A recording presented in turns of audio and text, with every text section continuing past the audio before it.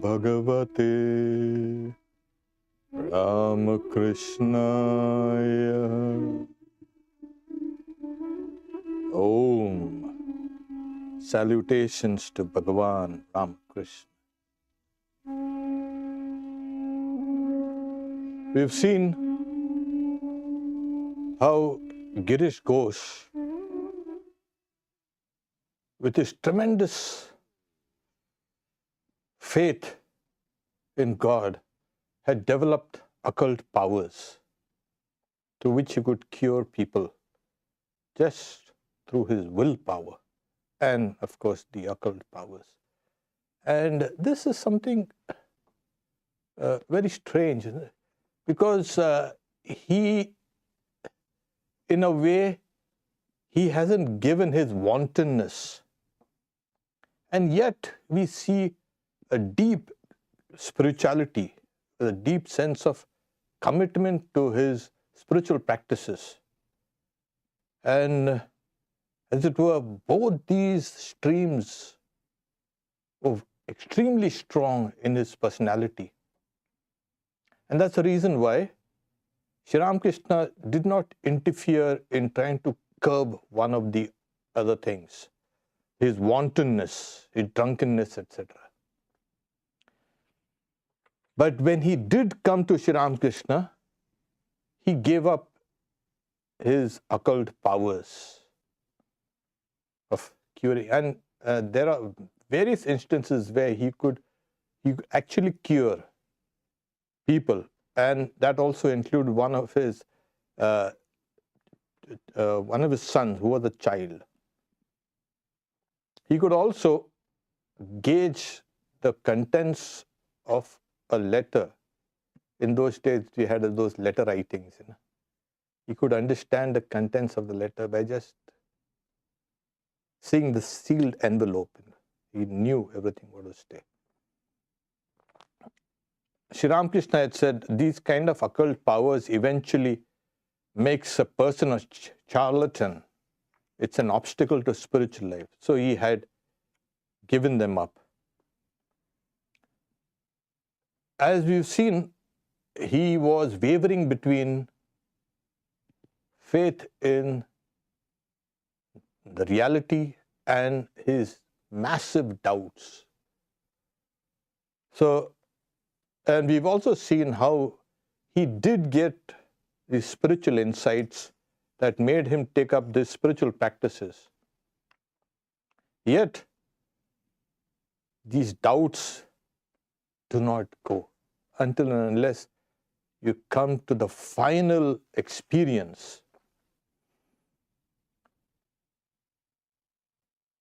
He had one experience where after he finished his play and then he entered into a small room, a personal room, in the dark. It was solitary. And he began praying very fervently. And after a while, he found the room full of divine effulgence. And then he heard a voice saying, "You wanted to see me, so I have come. Look, but if you really want me to be visible to you," now whatever form was there had appeared only as a light, not as a deity.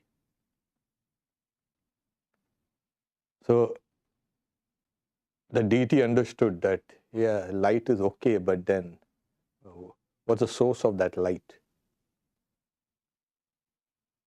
So the voice spoke. "You wanted to see me, so I've come. Look, you can see me only by giving up all your hopes and desires and driving the joys and pleasures and everything completely from your heart." That's a tall order. And then the voice continues, "After seeing me, a person no longer returns to this world, the world of the senses. Now, when he heard that voice, he was scared, Girish. Though, he was so fearless and, everything that a person with a strong mind is. He suddenly decided, now if I die, who's going to look after my children? And who's going to look after all these? What will happen to all these friends of mine who depend on me? The actors and the actresses and the theaters and everything, they all depended on him. What's going to happen to them? He closed his eyes, saying, no, mother, I do not want to see you now. Oh, because that would have taken everything away from him. I remember once when we were in the seminary and it was a hot and humid night, and you know what it is like in Bengal, in India. It's really hot and humid. You can't sleep. So we were three of us in a room, to a room, and there's a huge complex. And then we were discussing, we were talking, in whispers. It's in the middle of the night. And then I asked my roommate, now suppose Sri Ramakrishna does come, what will happen? So my friend immediately said, no, I'll tell him, no, not now, not now. I remember that incident. No, not now. I said, why not? Oh, there's so much to do. You're all young, There's so much to do. So Girish Ghosh also, no, mother, I don't want to see you now because she's going to take away everything. Then the voice replied, if you don't want to see me now, accept a boon from me. Saying, I never appear before anyone without offering them boons. And then Girish, he had that part of his mind which was kind of devious. At the same time, he had that huge spiritual mind. So you are thinking of all the enjoyable things that he can ask for, and it is there for the asking. But yet, his spiritual mind is conflicting, saying, well, these things, whatever I asked will end one day, but death is certain. And he was frightened, saying, no, I don't want a boon. Now, that is another thing. In all the mythological literature, you'll find God appearing to devotees and people of all types and who have been worshipping that particular deity, and they grant them the boon, and then they ask for this and that. Like Ravana also got a boon, and Kumbhakarna and all these big kind of demonic, you can say, personality, they also received a boon. So he said, no, I don't want a boon. And then the voice replied, my visit always bears results. Then it continued, you don't want any boon, then why did you call on me? Now take my curse. Wow. This is way beyond Girish's expectation. You don't want a boon, now take my curse. Saying, my open sword, and this means it's the Divine Mother as Kali, must fall on something. Tell me, which aspect of yours should I destroy? Now, Girish had that opportunity. Okay, my bad side or my evil side, you can cut it off.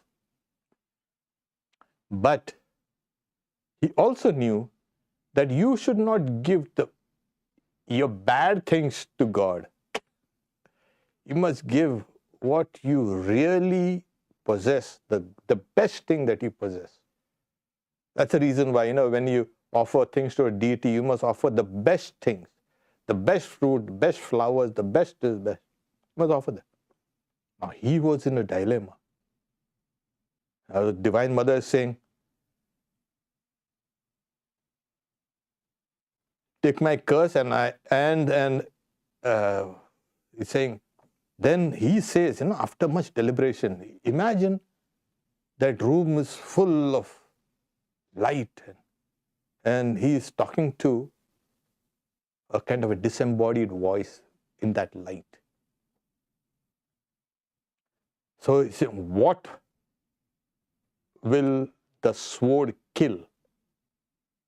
And then he says, Mother, I have a reputation as a star actor. Let your sword fall on it. See, this was what he lived for. He breathed. His entire life was centered on his theater and his acting. And it takes a lot of courage, to even say, this was what I am. Let your sword fall on it. The voice replied, so be it, tatastu. And then he did not hear anything after that voice. They say even the anger of God is equal to a boon. Krodadapi devasya varena tulyaha. And then he says, I experienced that. After this incident, his fame as an actor began diminishing, but his playwriting and direction completely eclipsed everything else. So this was an incident that happened before he even met Sri Ramakrishna.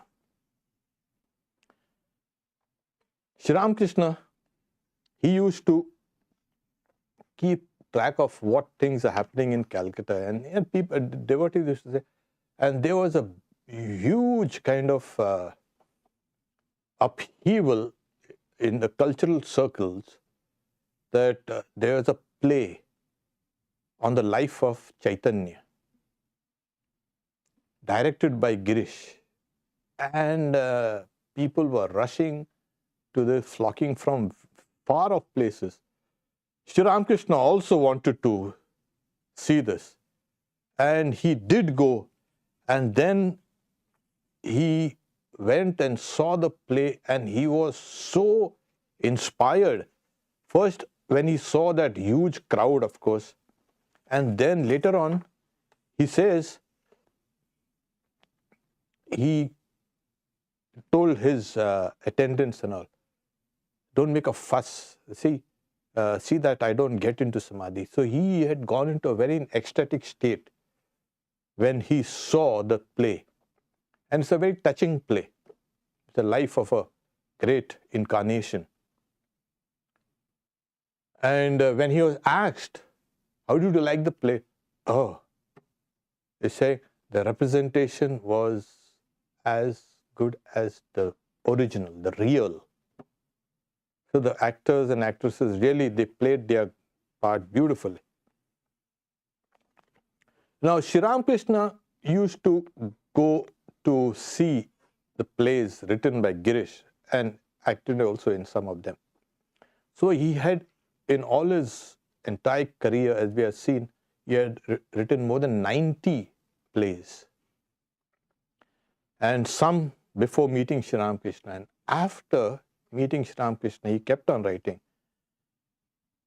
But it is here that he began incorporating Sri Ramakrishna's ideas into his play. And then you see what happens is, even some of the disciples and some of the characters he met with Sri Ramakrishna, he used them, depicting them in his plays. Sometimes he used the actual words of Sri Ramakrishna in his play. And this, apart from Sri Ramakrishna's influence on this play, and this is how people came to know Sri Ramakrishna through Girish's, Ghosh's plays. So in a way, he was spreading his own message. First, we see that Chandra was a great influence in spreading Sri Ramakrishna's message around and what he was. And here, he did it. Girish also started using Swami Vivekananda's ideas in his plays about service to man is service to God. And then we also find him, he used to depict his own character also in the play. Like you say, his grief, his pain, his faith, his devotion, and his transformation through Sri Ramakrishna's grace.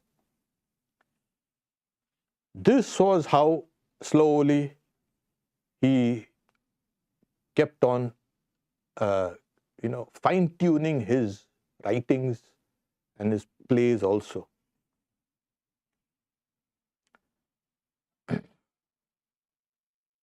So, one time Sri Ramakrishna had told him, Girish, about the life of a saint, Vilva Mangala. Girish was that time going through this a depressive phase. And when he heard the story from Sri Ramakrishna, he wrote a whole play on it. Not only that, even Swamiji later gave a whole lecture, which is in his complete works, on Vilva Mangala. So, we have him going, Sri Ramakrishna going to see his play, etc. One thing Girish Ghosh saw, that, they say that a Paramahamsa, that is a monk of the highest class, he's not he's just above everything. He doesn't salute anybody. He walks like a person who's free. But here, Sri Ramakrishna was called a Paramahamsa, the monk of the highest class, and yet he was behaving like an ordinary man. Girish Ghosh, one thing was central in his life: truth. He never swerved from truth. Truth itself is a kind of an adventure. When you hold on to, oh, I'm a truthful person. Yeah, it is. Now you're going to be tried and tried and tried in various ways. And life becomes very interesting. If people say, oh, my life is dull and boring, yeah, hold on to truth and see how your life changes. Everything will change around you. You will then struggle to hold on to that truth. It will have a completely new dimension, because the more you stick to truth, the more you'll be tempted. You'll fall, you'll rise up again. Fall 100 times, rise up 100 times. So, during this time, now he was well known in the city. So he read that in one of the newspapers that Sri Ramakrishna will be coming to see Chandra Sen. And so he had an idea that, these Brahmas, the Brahma Samaj, yeah, they want to beat their own drums, They have made a big thing out of this Paramahamsa, Ramakrishna, whatever. So he had read that he will be coming to a place not far from where he was staying. So he went. The place was Dinanath Basu's house. Saying, I went to see him. I returned with irreverence instead of reverence. That was his first meeting of Sri Ramakrishna. And why? Why? Saying, I had gone there and then it was evening, and lamps were lit, and he was talking, and he is constantly asking, is it evening? Is it evening? And Girish said, my God, what pretense is this? He can see everything is evening. And you know, Sri Ramakrishna, his old habit, or he would see, if you could count, if you could see clearly the hair on his, you can say, forearm, then it is, if he cannot, it's evening. It's why that was an old way of checking the time for your prayers. You know, watches were not all kind of prevalent anyway. There's in few places. The people in the villages and all, oh, it's dusk now. Come on, time to pray. So he had that. And then saying, what kind of a person is this holy man? He cannot even tell whether it's evening. I had enough of him. He left. So this was his first. Now, the second, it was from his own reminiscences, because he had written extensively about Sri Ramakrishna. So he had come to Balram Bose's house. Now, Balram, today, if you see Balram Bose's house and Girish's house are just a few meters away, few feet away. They're just a road dividing their two residences. Of course, Girish's original residence has been kind of demolished. Just a kind of a fragment has been maintained out there. So he had heard that Sri Ramakrishna will be coming to Balram Bose's house. And so, he was invited, Girish, because being a neighbor. So he goes. He goes there and he finds Sri Ramakrishna. He had already arrived, and there was another kind of a nautch girl, they say, a dancing girl. These singers, they're professional singers. They sing and dance. And there was a large gathering, and she was singing also. So again, now it was another eye-opener for him. This kind of a revered person, he's laughing and joking and talking with that nautch girl, that dancing, singing girl. She was sitting beside him. She had, now this is defying all conventions. And it appealed to Girish, because he also used to defy all conventions. Conventional behavior, conventional knowledge, etc. And he went and bowed down to Sri Ramakrishna, and Sri Ramakrishna also was bowing down to each and everybody. What? This kind of humility is also not seen in these Paramahamsas. So that was appealing to Girish Ghosh. There was somebody who was saying, actually, they must be, they must have previous intimacy, the girl and Sri Ramakrishna. That's why the way they're talking. But Girish didn't like that insinuation. So what he did was, he wanted to retort, he couldn't, but then he waited. His friend, an editor from a newspaper, had come, he's saying, oh, come on, we have had enough of this. Come on, let's go. So that was his second visit. Now slowly his resistance is breaking. Because what happens is, he had a very strong personality, and it had to be broken. It's like breaking a horse, taming a horse. You got to do it slowly and slowly and slowly. It's not going to happen. The third time, as I said, he met Sri Ramakrishna when he had come to see the play Chaitanya, Life of Chaitanya. And somebody mentioned it to Girish, that, oh, Sri Ramakrishna has come. So he goes to receive him. And when he goes, Sri Ramakrishna bows low and makes his salutations to Girish. Girish also in turn bows. And then Sri Ramakrishna bows even low. And Girish also bows even lower. Now, this is also not seen anywhere. And then saying this will go on. He will bow and I will bow. Say, mentally he saluted him and said, come on, let's get inside. He arranged for a box seat, and then since he was feeling indisposed, he leaves before seeing Sri Ramakrishna off. He leaves and goes. Then the fourth visit,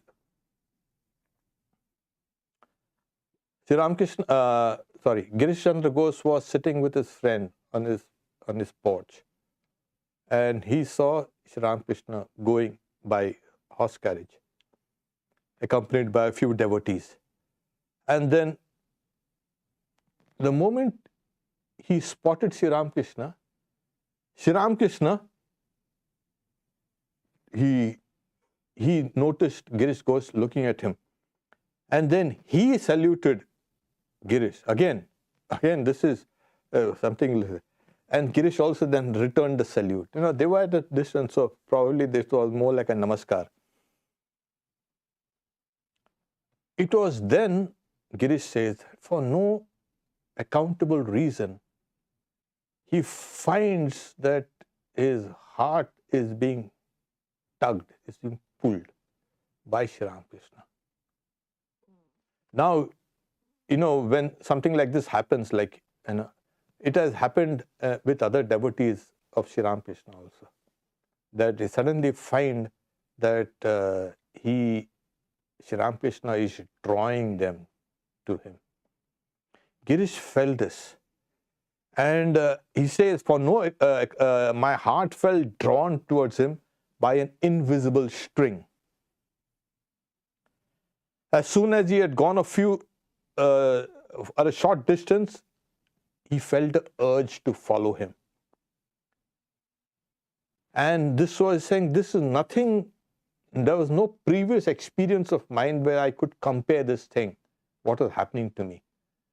Like a person hypnotized, kind of drawn, following the kind of instructions. And then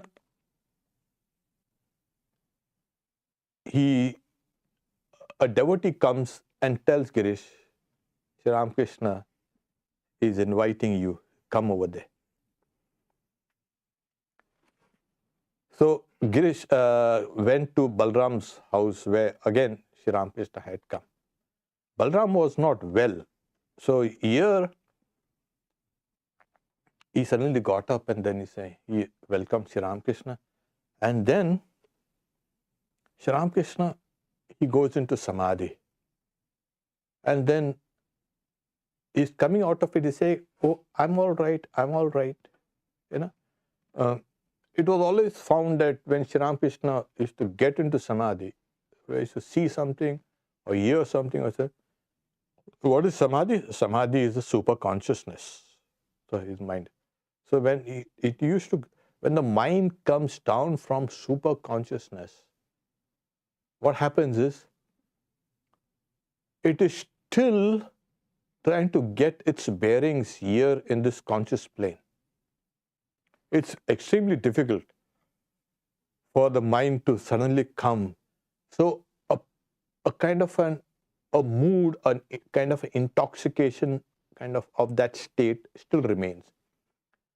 So during this time, Sri Ramakrishna used to say, I'll have a glass of water, or I'll eat something, or something. Just to, that desire itself used to orient his mind back on this conscious plane. So he used to have a kind of a desire to bring. So this was something like, I'm all right, I'm all right. So when he comes out of it, see, if Girish's first meeting with him, oh, this is just pretense. It's evening and he should know. Anybody can know it's evening and is asking whether it's evening. So Sri Ramakrishna said, no, this is not pretense. This is not pretense. Now Girish was kind of taken aback. Yeah. And then after his mind had kind of settled down on this conscious plane again, Girish asked him, what is a guru? So, Sri Ramakrishna, the guru is like a kind of matchmaker. In the old days, you have the boy and the girl, the marriage proposals, this side. These guys are professionals. So they used to bring two families together. Okay, they're getting married and all like. So the matchmaker. So a matchmaker arranges the union of the bride with the bridegroom. Likewise, a guru prepares for the meeting of the individual soul and the divine spirit. This is what the guru does. He will prepare the disciple or the aspirant to connect with God. That is Then he says, Girish asks, what is the mantra? He's saying, the name of God is a mantra. And then he tells Girish, but you don't have to worry. Your guru has already been, you can say, decided. Say, you have already been chosen by your guru. The guru has been chosen for you, and you have been chosen by the guru. So here it is. And this was a kind of a great relief for Girish, because he was, under that, the normal human, you can say, idea that the guru is just a human being and I'm a human being. So why should I have reverence for him? Why should I salute him? Why should I offer things to all these kind of things? And, he's saying the guru should be looked upon as divinity. Well, he's a human being. What's divinity there? So he had that kind of objection to having a guru.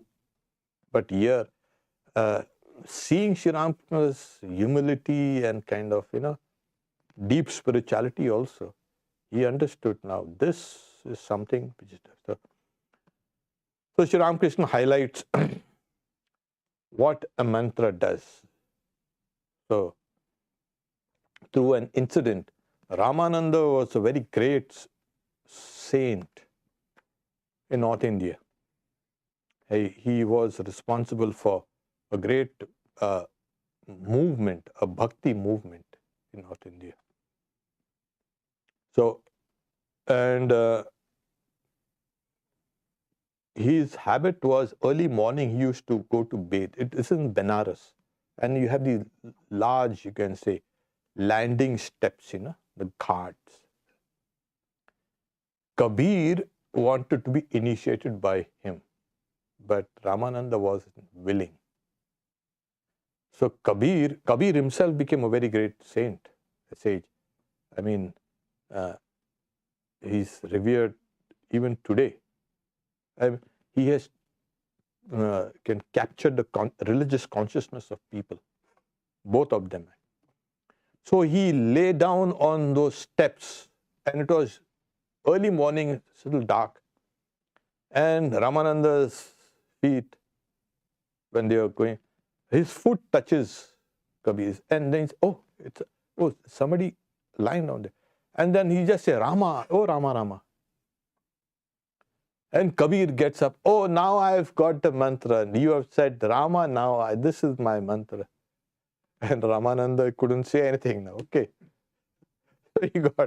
He forced it out of his guru's mouth. or he forced himself on his guru in the sense of, yeah, now you're my guru, you're giving me a mantra. Then after this, the talk drifted away, Girish's theatre. And then Sri Ramakrishna says, the sun of knowledge has begun to shine in you. Slowly, all the dark spaces in your heart and everywhere, they will be vanished. It will be washed away, say. And very soon, devotion will sweeten your life. So this is what happens. People say, what is the need for spiritual practices? Yeah, see how you become. You become you're a fault-finding machine. You always find fault with the world. You always judge everything. Everything is according to your standard. Your standard, the ego standards. And you don't like this, and you don't like that, and you have issues with each and everything. Spiritual practices will take that tendency away. It will bring sweetness in your life. No longer will you judge others, find faults, etc. Holy Mother also saying, do not find fault with others. Make the whole world your own. So this is the result of spiritual practices. You find, okay, and you will not hold grudges. Your life will become kind of better. It's always like that. So spiritual practices, any form of spiritual practices, is extremely essential to lead a normal life. People think, oh, that's a waste of time. That's not a waste of time. That is essential for life.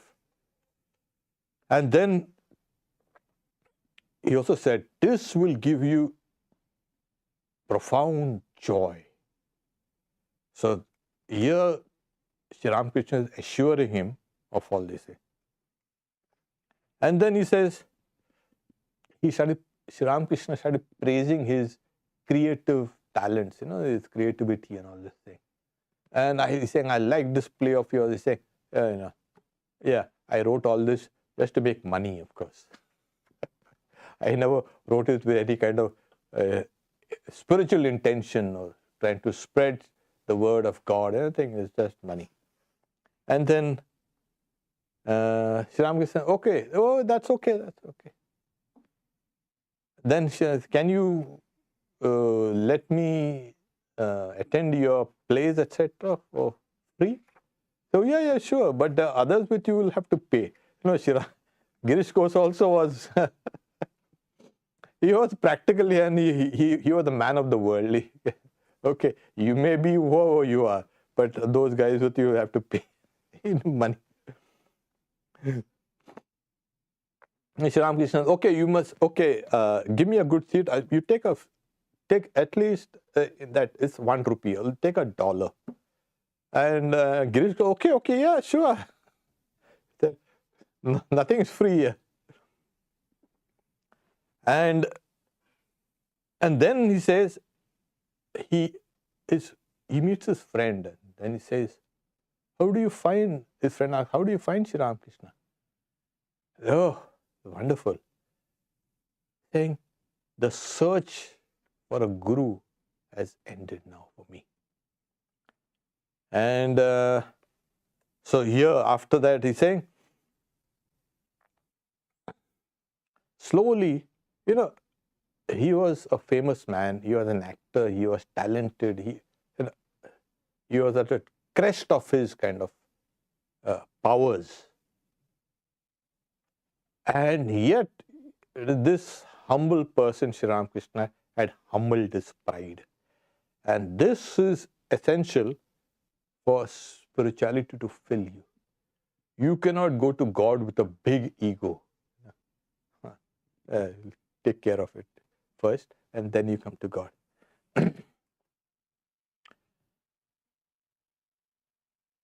And then his fifth meeting with Sri Ramakrishna, he came and he saw that Sri Ramakrishna had arrived, and somebody had told him, Sri Ramakrishna had come. And he was a busy man. He had written the script, he was the playwright, he was the director, looking after the costumes and everything. Okay, so why does he need me? Not that Sri Ramakrishna had called Girish, come and receive me. No. So, but then he said, on second thought, let me go and receive him. And he does. And then he sees Sri Ramakrishna, he completely melts. He's saying, this is a nice person here, and why should I be so haughty? So he goes and he started conversing with Sri Ramakrishna. He had received him, taken him to the green room. And as he's conversing with Sri Ramakrishna, he felt a kind of like a power, kind of like an electric current, rushing from his head to his foot and to his feet, and from his feet to the foot. His whole body was kind of vibrating. And Sri Ramakrishna was just talking. And all of a sudden, Sri Ramakrishna himself gets into an ecstatic mood, gets into samadhi. And this was the first time Girish Ghosh had seen somebody like this going into samadhi like this. And then,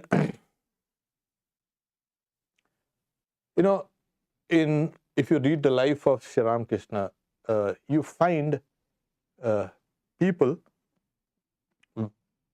in close proximity of Sri Ramakrishna. When Sri Ramakrishna is to get into this high mood, like the super consciousness, the other people used to feel a kind of their mind lifted up, obvious reasons, because that influence of Sri Ramakrishna itself, when his mind gets into this super conscious state, that also pulls other people's minds up. They used to feel, of course, it's like that, and it is inevitable. In this case, Girish Ghosh, you can see how ready he was for spirituality, because he feels it tangibly. The others used to feel it intangibly. It was inexplicable to them. Yeah, suddenly I feel my mind also become raised up and becoming lofty. Mind, otherwise it's all down with all these small things in life, sensory things. But here it was tangible in Girish's case, where he felt the power coursing to him, running up and down him. And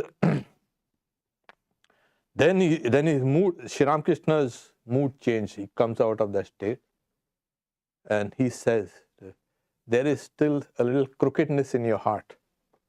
So he says, Girish goes, little? There's plenty of it, thought. And of various types.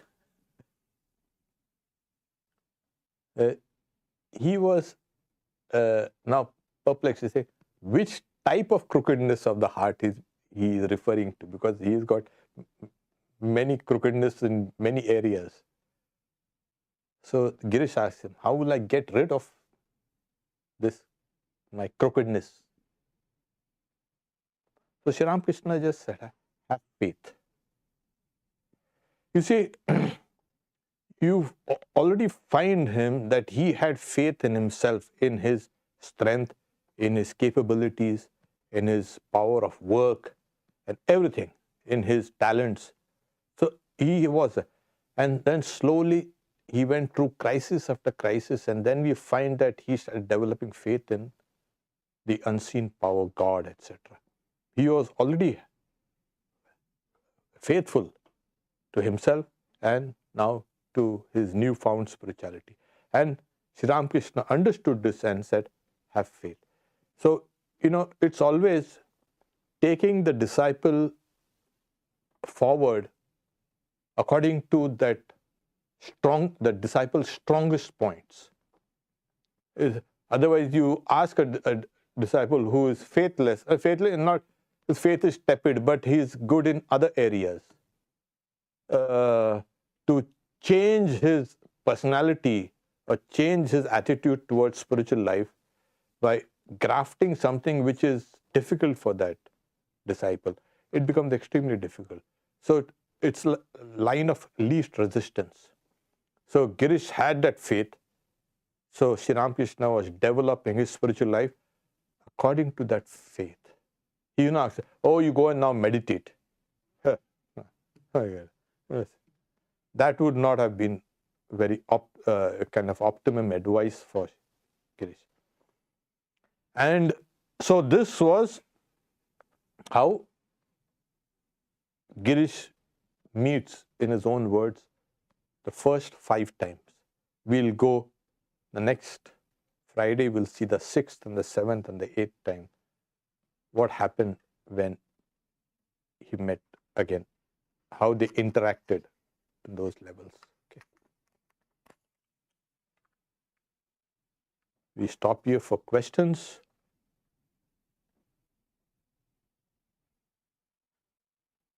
Okay, does that power of Sri Ramakrishna, like an electric current that Girish felt, still flow very strong today, or does it get weaker over time? Oh no, it's there. It has to grow stronger. It will grow stronger. We are just seeing the beginnings of Sri Ramakrishna's powers in this world. Just the beginning. It's growing. And you also find Swamiji saying that the power that has risen from here will eventually flood the whole world. So it's there. It cannot get weaker over time. It will get stronger only. Okay. Take, for instance, the power of Christ. What was there during that time? How many people knew it then? But see how that power transformed culture, transformed societies, transformed civilizations. And you cannot say the power has diminished. It goes through these waves, but it's there. So the same thing with Sri Ramakrishna's power.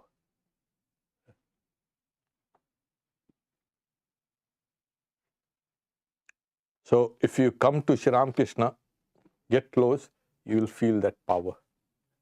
You might feel it intangibly, but then again, if you are lucky enough, you will feel it tangibly, like Girish did. Okay, we can stop here for today if there's any questions there. No. Oh yeah, sure. You talked about when you turn to truth, the world seems to kind of swirl around you, and there's a reaction, and that's something I think I've thought about. You would think that things would get easier and better, but it's almost like there's a chemical reaction, and things. It's almost like the world is trying to pull you back in. What is the Vedantic take on that? Yeah, that is Vedanta. The question was for the online audience here. When you hold on to truth, the world swirls around you trying to drag you away from that, what you're holding on to, and back to its old standards, old hypocrisy, old pretenses, old lies, old corruption. It's always there. It's inevitably there. And it has been experienced for thousands of years by everybody. You hold on to truth, people say the guy is crazy. Huh. So this, we look at it like that. Truth itself wants to make you strong. And the more these kind of, the world swirls around you trying to draw you away from truth, and the more you cling to it, the stronger you become. So these are trials that come, because are you good enough for me? And when truth finds, yes, good enough, I'll make this person my home. And after that, once truth is established within you, that is, you have taken care of all those kind of small, you can say, temptations, or you can say desire for gains, etc. Then you'll feel, not only feel stronger, fear will leave you, and you will become a force yourself. Truth will speak through you, truth will work through you, truth will, you can say, think through you. You have enshrined truth. And this is what in Sri Ramakrishna says, in this age, it's very difficult to practice spiritual disciplines. Very difficult. You ask somebody, you sit down for a couple of hours every day. Oh, I say, I've got a back pain, and I've got a leg pain, and I've got this, I've got that. You know what he's saying? The ideal spiritual practice for this age is sticking to truth. Unbelievable. So what happens is your consciousness itself will start expanding. You try it, you will find,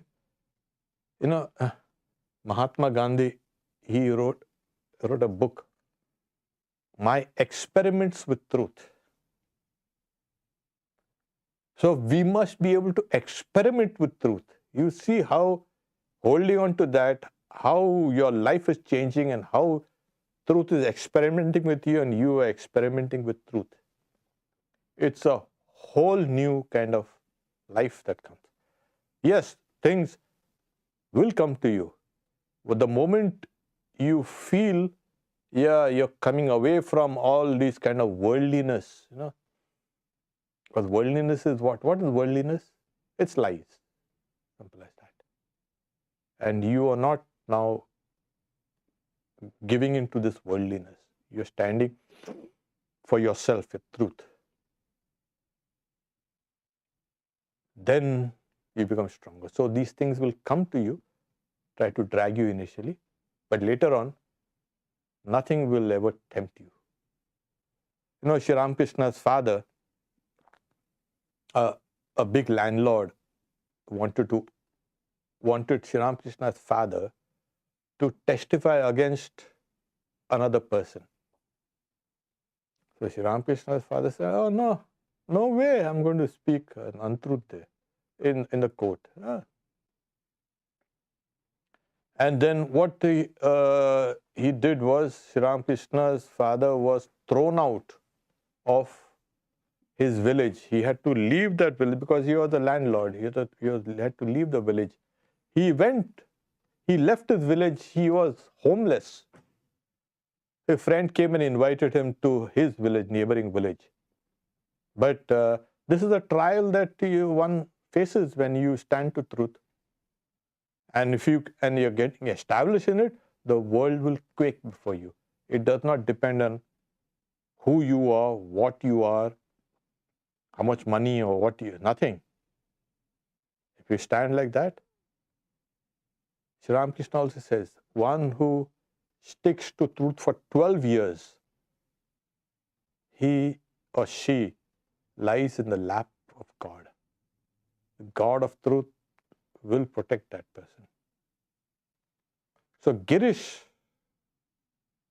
he stuck to that. And like I said, truth, it's kind of an adventure. Your life becomes completely changed when you start holding on to this.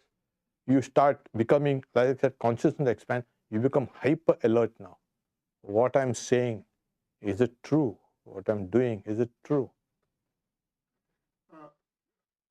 Addition to that, like what would be the test that at this point of time, this is the truth?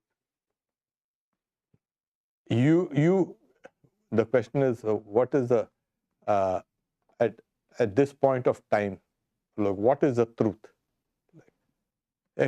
Like at a deepest level, you will find yourself, comfortable with it. Our real nature is something like, You notice something, if you can detect falsehood immediately. Somebody says something, a lie or something, immediately you detect. Shifty eyes or whatever. Immediately. So you can also detect truth. So when you detect, oh, this is, you become comfortable. When you've been lied to or something like that, you become uncomfortable. You become angry, you will become this, you become that. So your mind will become very calm. Can be controlled. And there are other things that then what happens is you will find spirituality rising within you. So because spirituality comes only when your personality, your character has been established. Like Swamiji said, character has to be established to 1,000 struggles. Yeah, you have to interact with this world and this and that, but as much as possible, try to practice it. See, it will be beneficial to you. So what is truth? We are now discussing truth. This. Okay. So Sunday we have the disciplines for the yoga of knowledge, Jnana Yoga. So what are the disciplines meant for Jnana Yoga? We also have the evening Ram Nam. And again in the morning we have Mother's Children. So Om Shanti Shanti Shanti Harihi Om Tat Sat Sri Ramakrishna Arpanamastu.